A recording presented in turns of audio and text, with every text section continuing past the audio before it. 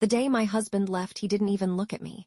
He packed his bags, picked up his keys, and walked out the front door to start a new life with a woman 10 years younger than me. Our daughter was asleep upstairs. The dishes were still in the sink. And I remember standing there wondering what was wrong with me. Was I too old? Too tired? Too broken? People tell single mothers a lot of things. That we're baggage. That men don't want women with children. That our best years are behind us. And after hearing it enough times, you start believing it. I stopped wearing makeup. I stopped going out. I stopped looking in mirrors. My world became work, bills, school lunches, and trying not to cry where my daughter could see me. Then one ordinary Tuesday, my daughter got sick, and I met the doctor every woman in the city wanted. The doctor who could have chosen anyone, but somehow he saw me. My name is Jordan Darling, and this is the story of how I stopped surviving and finally started living again. The alarm went off at 5:15 every morning, not because I wanted it to, because life said so. I worked at a law office during the day, waitress 3 nights a week, and somehow still managed to help Lily with homework, wash clothes, make dinner, and pretend everything was fine. My daughter thought I was a superhero. I thought I was running on coffee and anxiety. One morning, Lily looked at me while eating cereal. "Mama, what? You forgot your smile again." I nearly dropped my coffee. "My what?" she pointed. "The one you used to wear." Kids notice everything, everything. At work, my coworkers talked about vacations, boyfriends, date nights. I talked about coupons, school projects, and which grocery store had chicken on sale. One afternoon, my friend Denise said, "You need to date." I laughed so hard I almost choked. "Date who?" "Anybody. I barely have time to shower." She leaned forward. "Jordan, you haven't been on a date in 4 years." I took a sip of coffee. My last relationship ended with my husband leaving me for a woman who still uses Snapchat filters. Denise burst out laughing. "I shouldn't laugh, but you did. I absolutely did." Honestly, humor was cheaper than therapy. That night, Lily climbed into my bed. "Mama, yes, when I'm a doctor, you won't have to work anymore." I smiled. "And what if you become president?" She thought about it. "Then you'll get 2 houses." For the first time in weeks, I laughed. I didn't know that 2 days later, a hospital waiting room would change everything. Lily got sick on a Thursday, because of course she did, not on my day off, not after work, no, at exactly 8:15 in the morning while I was trying to leave for the office. "Mama, my tummy hurts." I turned around. She was pale, quiet, and Lily was never quiet. I touched her forehead. "Warm, great," I called work. "My daughter is sick," my boss sighed.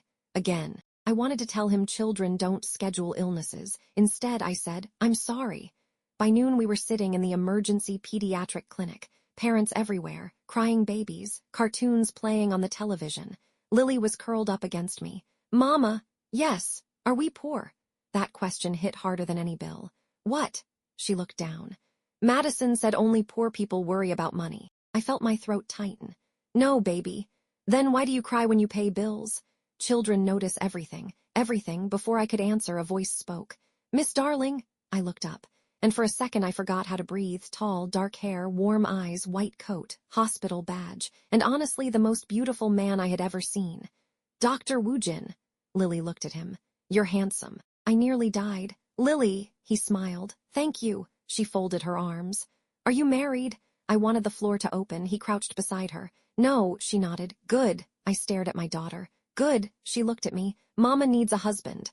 I was ready to transfer hospitals. Immediately, Dr. Woo-Jin started laughing, and honestly, it was the first time I had heard a man laugh around me, without judgment, in years. Lily talked through her entire examination. Do doctors get shots? Do doctors eat vegetables? Can doctors get grounded? Poor Dr. Woo-Jin answered every question, seriously, every single one. Finally, Lily asked, "Why don't you have children?" The room became quiet. He smiled softly. "I haven't found the right person." Lily pointed at me. "My mama cooks." I covered my face. "Please ignore her." He looked at me. "I don't want to." My heart actually skipped. Nobody had flirted with me in years. I wasn't prepared.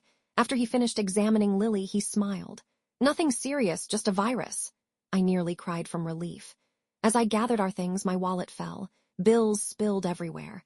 Past due notices, receipts, embarrassing pieces of my life. I bent down quickly. Dr. Woo-Jin helped me. For a second, our hands touched.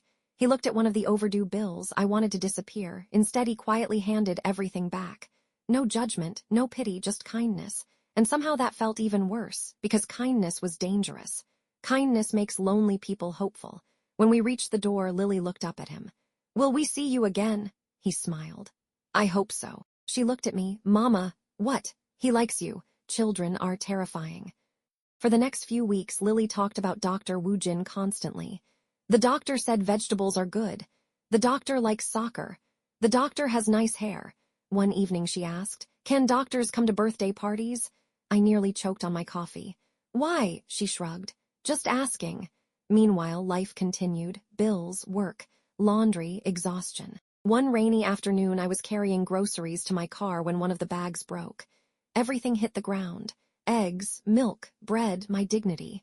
And suddenly someone knelt beside me. "Need help?" I looked up. Dr. Woo-Jin, of course, because apparently God enjoys embarrassing me. He helped pick everything up. "What are you doing here?" He smiled. "I buy groceries." I laughed. "I assumed doctors survived on money and coffee." He laughed. "I mostly survive on coffee." As we walked to my car, he looked at me. "You look tired." I laughed. "I'm a single mother." He nodded. "That wasn't what I asked." Nobody had asked me that in years. Nobody, not family, not coworkers, not friends. He looked directly at me. "Jordan, how are you really doing?" And honestly, I almost cried in the grocery store parking lot. A month passed, then two, and somehow Dr. Woo-Jin became part of our lives, not officially, but enough. He came to Lily's school play. He helped with her science project. He taught her how to ride a bicycle without training wheels. Honestly, my daughter fell in love with him before I did. One Saturday, he showed up with a small cake. "What is this?" "Lily said today was your birthday." I looked at my daughter. "You told him." She shrugged. "You forgot." And she was right, I had forgotten. Somewhere between bills, work, and survival, I stopped celebrating myself. That evening, Lily looked at us. "So when are you getting married?" I nearly spit out my coffee. "Excuse me." She looked confused. "Dr. Woo-Jin likes you." Woo-Jin smiled. "And how do you know?" She folded her arms. "Because you look at Mama the same way cartoons look at pizza." I started laughing so hard I cried. And honestly, for the first time in years, my house didn't feel lonely. But happiness has a way of attracting ghosts. One afternoon, my phone rang. Mark, my ex-husband. I stared at the screen. Lily looked up. "Who's that?" I swallowed. "Your father." He hadn't called in almost 3 weeks. I answered. "Hello." His voice sounded strange. "I heard you've been seeing someone." My stomach dropped. "Who told you that?" "Does it matter?" Actually, it did. He cleared his throat. "I made a mistake." I almost laughed. A mistake. You don't accidentally leave your wife. You don't accidentally leave your child. You don't accidentally move in with another woman. But somehow now he wanted to talk. "I've been thinking." Dangerous words. "I miss my family." I looked around my apartment. The homework, the dishes, the toys, the life he abandoned. "No." Silence. "What?" "You don't miss your family." He became quiet. "You miss having people who loved you." And for the first time in years, I finally said what I had been carrying. "You broke us." I hung up. And honestly, my hands shook for 20 minutes afterward.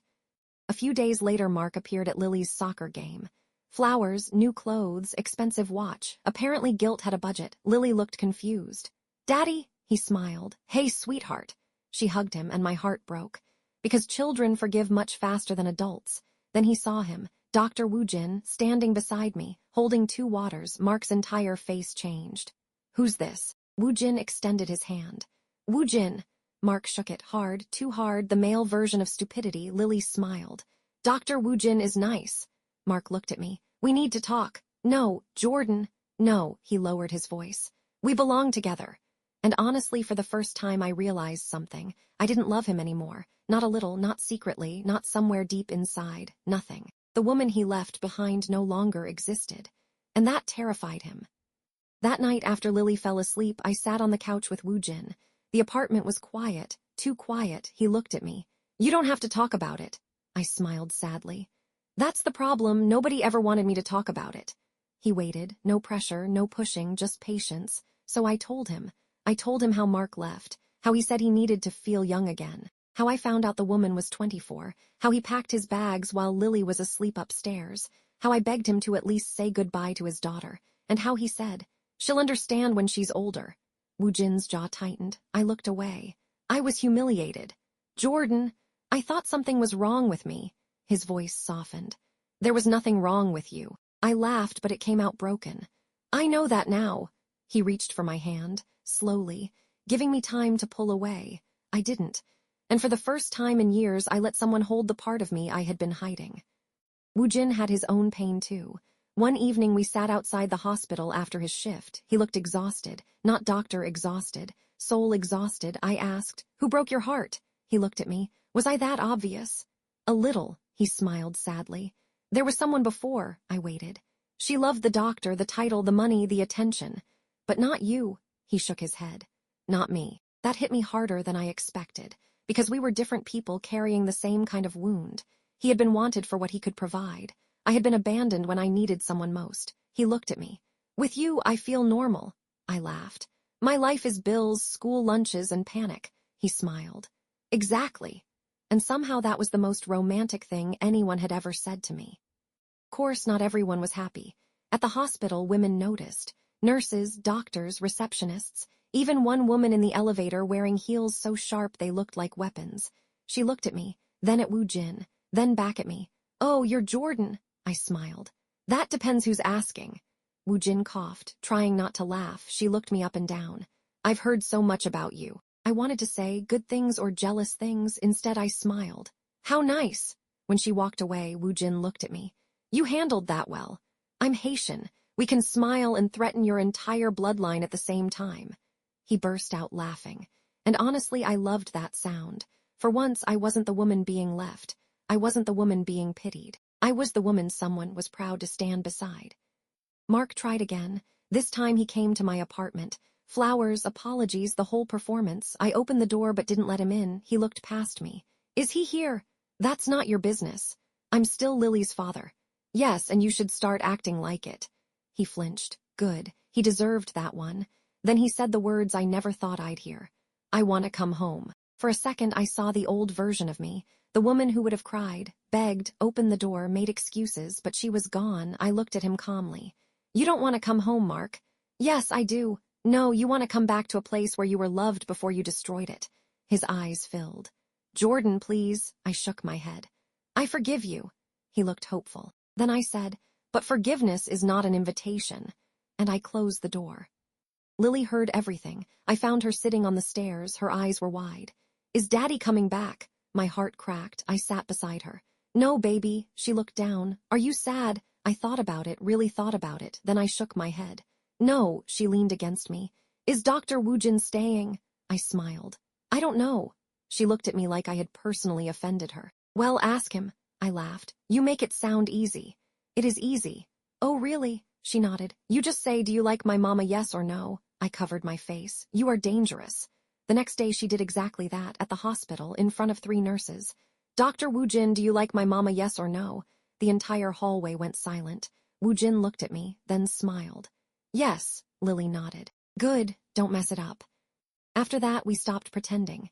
He took us to dinner, real dinner, not drive-through fries in the car because I was too tired to cook. Lily wore her sparkly shoes. I wore a dress I hadn't touched in years. When Woo-Jin saw me, he went quiet, too quiet. I looked down. "What?" He smiled. "You're beautiful." I almost forgot how to receive a compliment. Not "you look tired." Not "you've changed." Not "you used to be different." Beautiful. At dinner, Lily ordered like she had a job. "I'll have chicken, fries, and something fancy." Woo-Jin nodded seriously. "Excellent choice." She leaned closer. "If you marry my mom, do I get extra fries?" I choked on my water. Woo-Jin smiled. "I think that can be arranged." And for the first time, the future didn't scare me. Months passed. Slowly, I changed. Not because a man saved me. No, I had saved myself long before Woo-Jin arrived. But he reminded me that I didn't have to be strong alone. He showed up, not with empty promises, with actions. He came to parent-teacher night. He fixed Lily's broken bookshelf. He brought soup when I was sick. He sat beside me when bills made me cry. And he never once made me feel like my daughter was baggage. One night I asked him, "Are you sure this is what you want?" He looked confused. "What do you mean?" "Me, Lily, this life, it's not simple." He smiled. "Jordan, I perform surgery on children. I understand complicated." I laughed. Then he took my hand. "I don't want simple." His eyes softened. "I want real." And that was the moment I knew. I loved him. A year later, Lily had a school award ceremony. I sat in the audience, Woo-Jin beside me. Mark arrived late, of course. He watched Lily run into Woo-Jin's arms after getting her certificate. For a second, his face fell. Not because Woo-Jin took his place, but because Woo-Jin showed up for a place Mark had left empty. Later, Mark walked over. She really loves him. I looked at Lily laughing with Woo-Jin. Yes, he swallowed. And you? I looked at him, no anger, no sadness, no shaking hands, just peace. Yes, Mark nodded slowly. I lost you. I looked at him with the calmest heart I had ever had. No, Mark, you gave us away. And this time when he walked away, I didn't break, I breathed. 6 months later, Woo-Jin proposed in our living room. Not at a fancy restaurant. Not in front of strangers, in the same room where I had cried over bills, folded laundry, packed school lunches, prayed silently for better days. Lily held the ring box. Of course she did. She was grinning like she planned the whole thing, because she probably did. Woo-Jin got down on one knee. Jordan, darling. I immediately started crying. He smiled. You taught me that love is not about perfection. He looked at Lily. And you taught me that family can begin again. Lily whispered. Say yes, Mama. I laughed through tears. Woo-Jin looked back at me. Will you marry me? I said yes. Lily screamed. The neighbors probably heard. And honestly, I didn't care. Because for the first time in years, I wasn't surviving anymore. I was loved. Looking back now, I understand something. Being left did not destroy me. It revealed me. It showed me how strong I was, how much I could carry, how deeply I could love. Mark leaving felt like the end of my life. But really it was the end of a life where I kept shrinking to be chosen. Woo-Jin didn't choose me because I was perfect. He chose me because I was real. A mother, a woman, a survivor. And Lily, she got the one thing I prayed for most. A man who showed up. Not just for me, for her too. So if you're listening to this and someone made you feel unwanted, please hear me. You are not baggage. You are not too broken. You are not too late. Sometimes love does not arrive when life is perfect. Sometimes love walks in when you're tired, scared, and carrying groceries in the rain. And sometimes the doctor everyone wanted chooses the woman nobody noticed. Thank you for spending your time with us and becoming part of the Her Story Unfolds family.